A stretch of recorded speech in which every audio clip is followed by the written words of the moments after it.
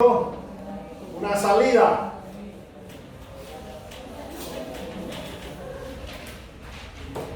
Una salida.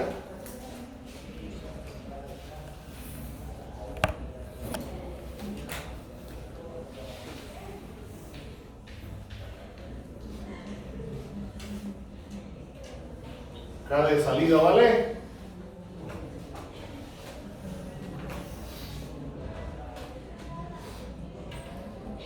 Y pasa lo mismo.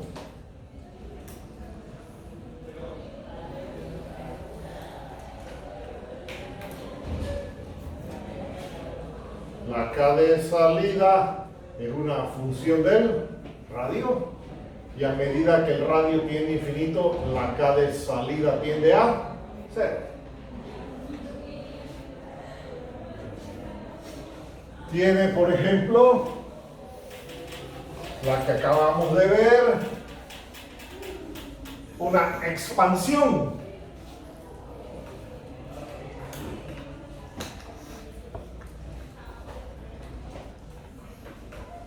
Y aquí hay un V1 y aquí hay un V2. Y la K de expansión abrupta es igual a 1 menos beta al cuadrado, donde beta es de entre D.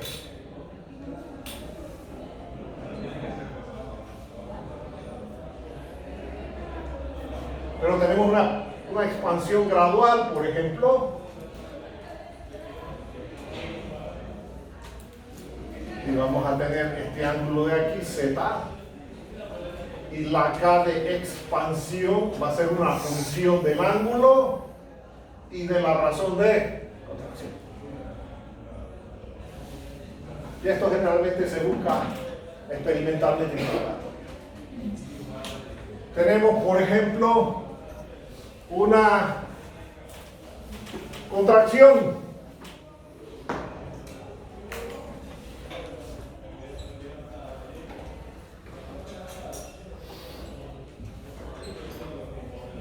Puede ser abrupta o puede ser gradual.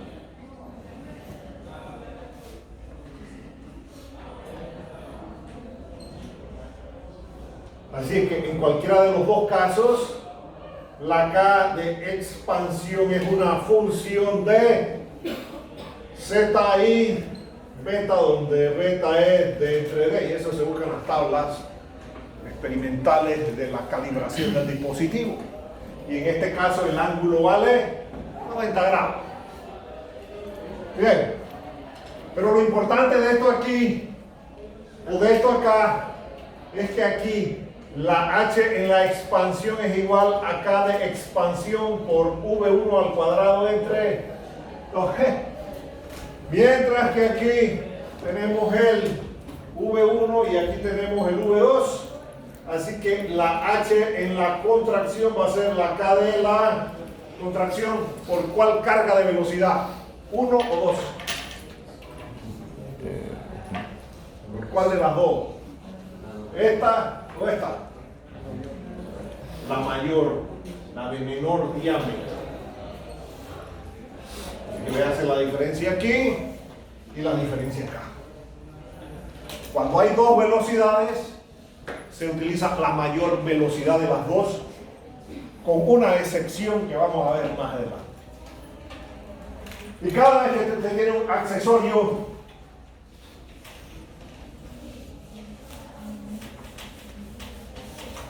hay pérdidas locales porque o el flujo es rotacional o el flujo es variable.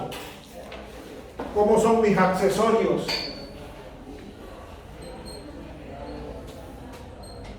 Son codos.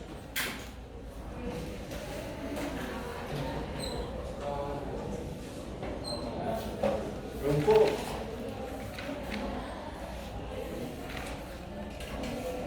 Tenemos ese codo puede tener distintos ángulos. Este ángulo de aquí puede ser un codo que hace así.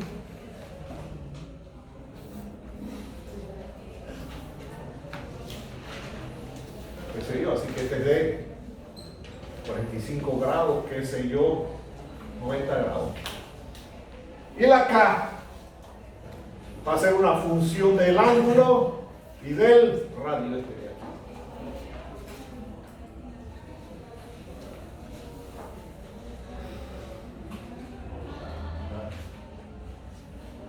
aquí. Y va a ser una función de la unión entre la tubería y el accesorio.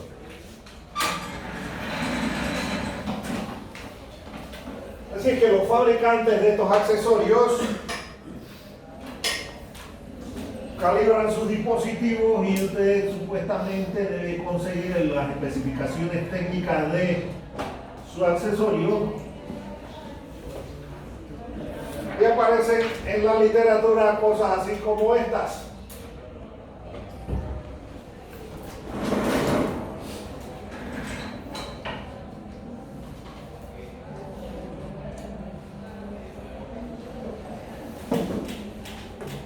Vamos a dejar válvulas para un rato. Codo de 45, normal o suave.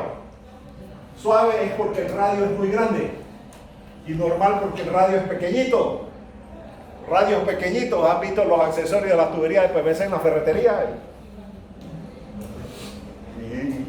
Pero ese accesorio que usted compra en la ferretería que hace así, es de radio corto. Pero aquí los constructores juegan vivo. ¿Y en qué no puedo usar ese accesorio? En el sistema eléctrico. Pero aquí no nos quieren vender los codos para los sistemas eléctricos que son de radio largo, porque meter el cable por ahí hay que sudar, casi imposible. Así que estos accesorios no nos los quieren vender aquí. ¿Y qué hacen los constructores, los electricistas cuando están haciendo el edificio? Lo calientan.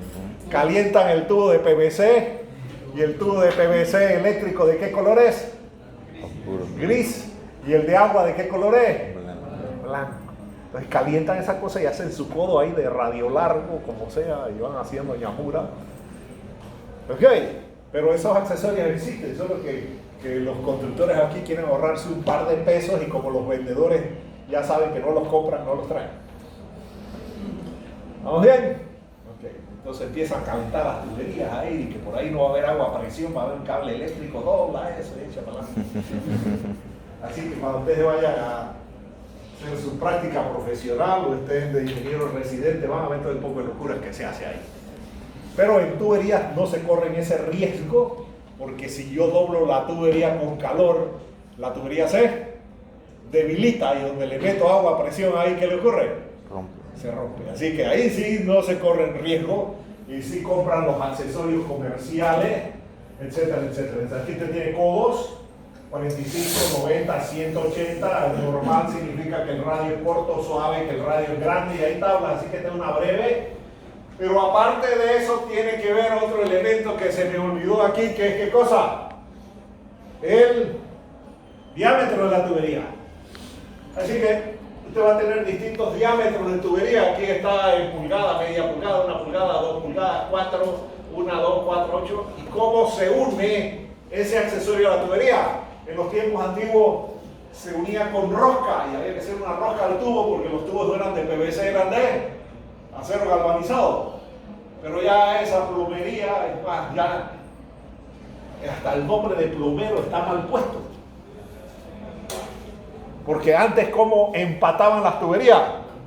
Con plomo, y el plomo sabemos que es cancerígeno.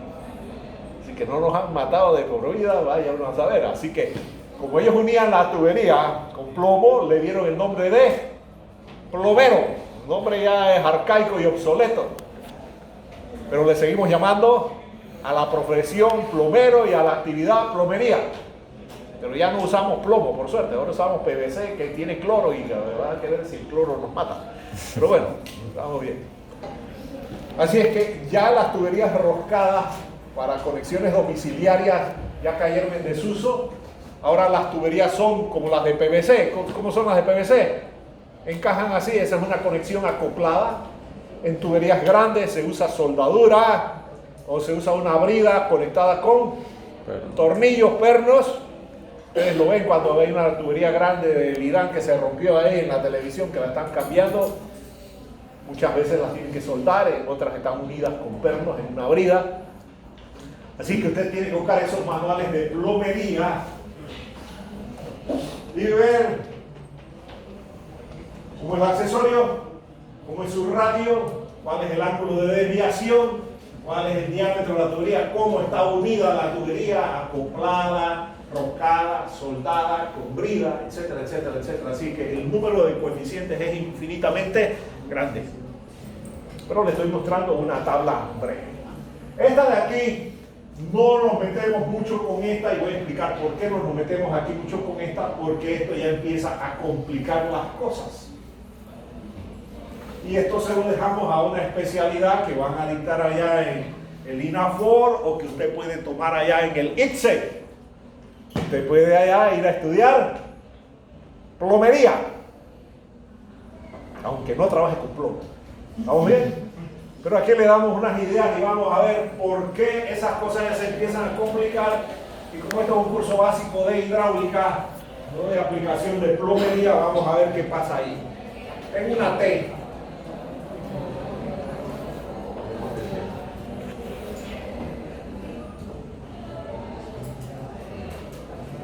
Y esto puede hacer así.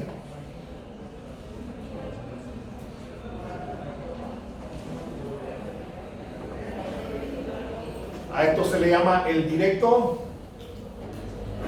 y a este se le llama el lateral. Pero esa no es la única combinación, es la única que estoy mostrando aquí. Es la única que estoy mostrando aquí porque eso también cómo puede hacer. Puede hacer así.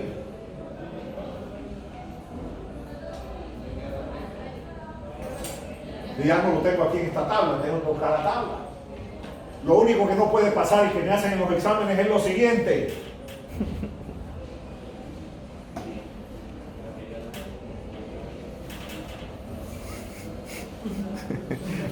Hay fuga, fuga arriba. Sí. Pero a menudo yo tengo que calificar eso en los exámenes y no me queda más remedio que ponerlo horriblemente mal. ¿De qué otra combinación puede haber? ¿Qué sé yo? Puede... Sí, correcto. Que este vaya entrando y los otros vayan saliendo, etcétera. Ya se empiezan a complicar. Hay muchas combinaciones posibles. Entonces, en este caso en particular, para esta tubería de aquí, usted tiene la K directa por el V2 al cuadrado entre 2G y aquí tiene la K lateral por el V3 al cuadrado entre 2G. Entonces, esto que usted tiene ahí son las K directas y las K laterales, pero solamente para esta combinación. Es decir, cuando ya se empiezan a presentar esas cosas, nosotros le vamos a decir como regla de adeo, desprecie las pérdidas menores o locales para no ponernos en ese problema.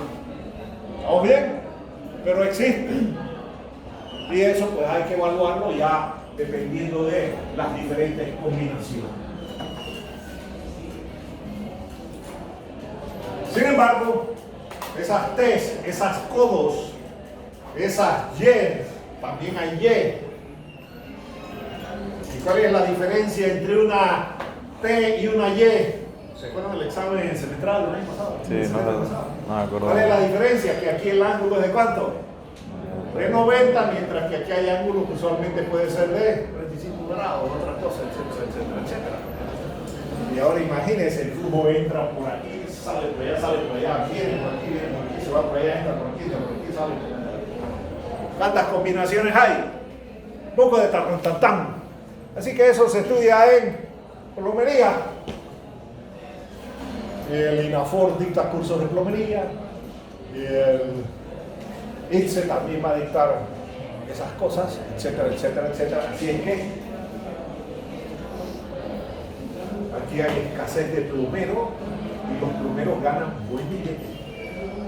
Usted llama el domingo a las 8 de la noche a un plomero y le dice, nada más por ir a su casa son $200. Sin mojarse las manos, nada más por ir. Más la reparación de lentes. Así que piensen, si les cuesta hidráulica, que hay una aplicación de hidráulica que da billete, que no hay que estudiar estructuras, ni hay que estudiar mecánica de suelo, etcétera, etcétera, etcétera. Y la plomería aquí hay escasez, y como hay escasez, los profesionales de la plomería cobran caro. Y mientras su distribución de agua en la casa esté funcionando bien, usted no se preocupa por el plomero. ¿Cuándo llama al plomero? Cuando se le rompió una tubería o cuando se le trancó el servicio y en vez de irse las cosas salen, etcétera, etcétera, etcétera. Entonces usted corre a llamar al plomero y el plomero, sin mojarse las manos, le dice, nada más por ir a su casa a ver qué es lo que hay.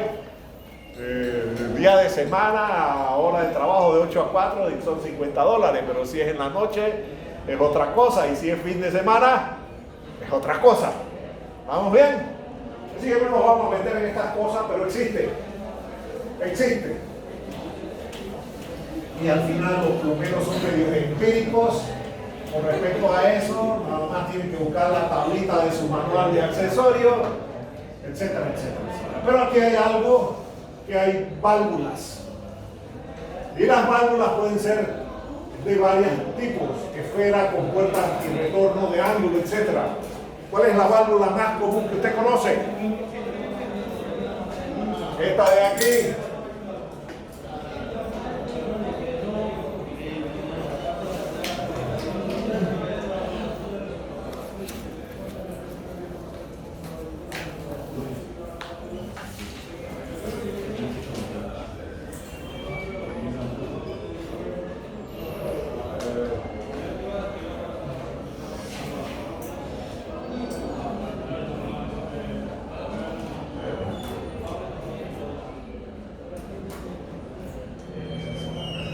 Así, esto baja aquí.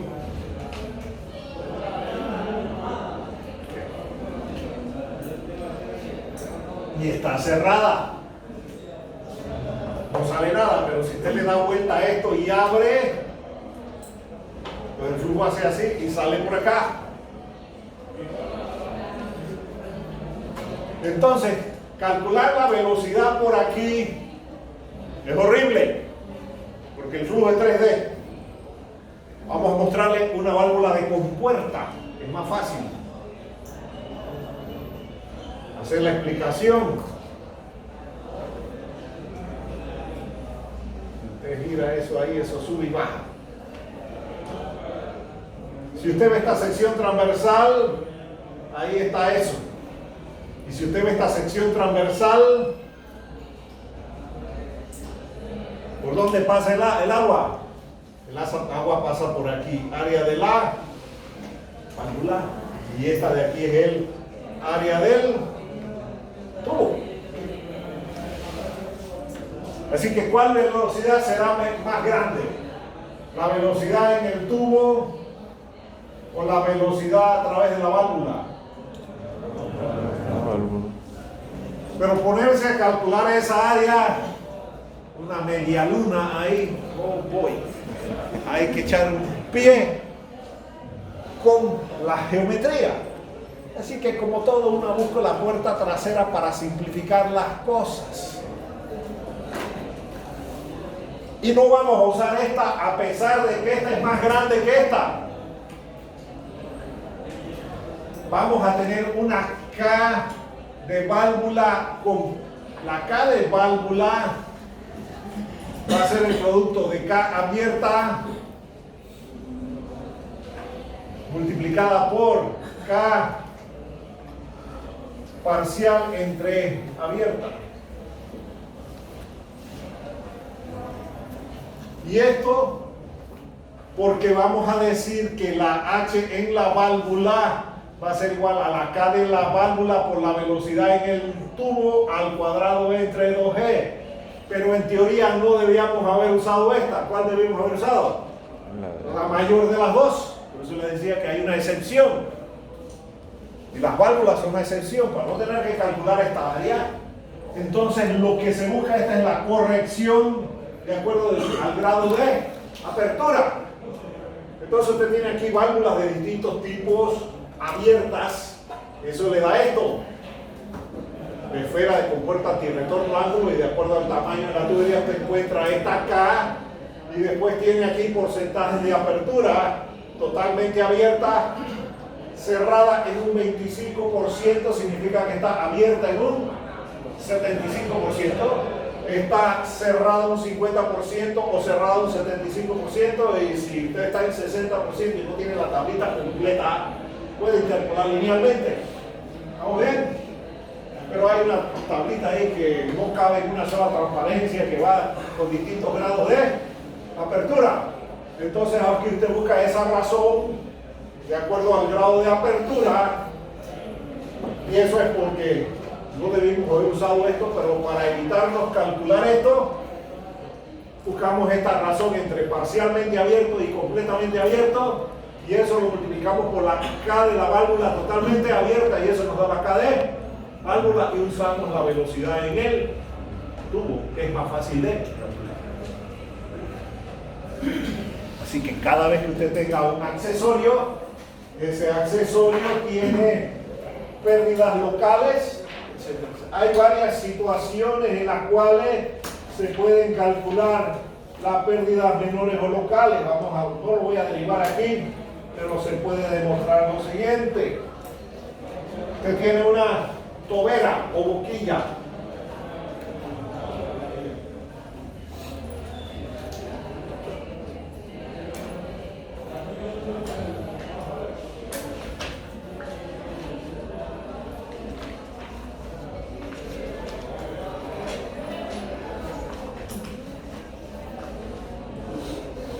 Esa tobera va a tener un coeficiente de velocidad y un coeficiente de contracción. ¿Por qué? Porque el chorro hace así, y usted no va a poner su puntito aquí. ¿Dónde lo va a poner? Afuera. Acá en la vena contracta, donde las líneas son rectas. Entonces aquí tiene el área del orificio, pi por d al cuadrado entre 4, y acá tiene el área del chorro, coeficiente de contracción por área del. Así que esto relaciona el área del orificio, que es este de aquí, pero el punto no se pone aquí, se pone acá en la vena contracta, y usted necesita esa área ahí. Y esto es para tomar en cuenta las pérdidas por fricción, porque usted no va a usar Darcy aquí. Usted puede usar Darcy aquí, pero usted no puede usar Darcy aquí. ¿Por qué no puede usar Darcy? En curvas. ¿Ah? Área variable. Darcy dice que HF es igual a F por L entre D por D al cuadrado entre 2E. ¿Qué pasa con el diámetro? Variable. Así que usted puede usar Darcy únicamente en los tramos donde el área es constante o el diámetro es constante, cualquiera de las dos cosas, es lo mismo. Pero ahí hay una pérdida por fricción. Así que la pérdida por fricción se toma con este coeficiente de velocidad, que es equivalente al coeficiente del tubo de Pitot. Así es que aquí la H de la boquilla es igual a 1 entre CV al cuadrado menos 1 por 1 menos CC al cuadrado beta a la cuarta, donde beta es igual al D. Pero cuando las cosas se van complicando, digo, esa es la K de boquilla.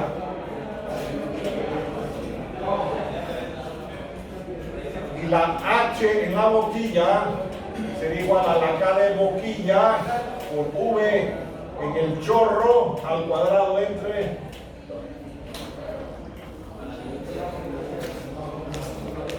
Pero a menudo, a veces, con respecto a las pérdidas menores o locales, las cosas se van complicando. Así que muchas veces le decimos que desprecie las pérdidas menores o locales.